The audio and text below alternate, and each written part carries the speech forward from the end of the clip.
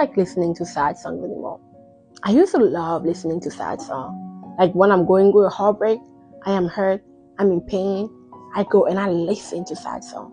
But the thing that we forget sometimes is that those songs are literally made to keep us down.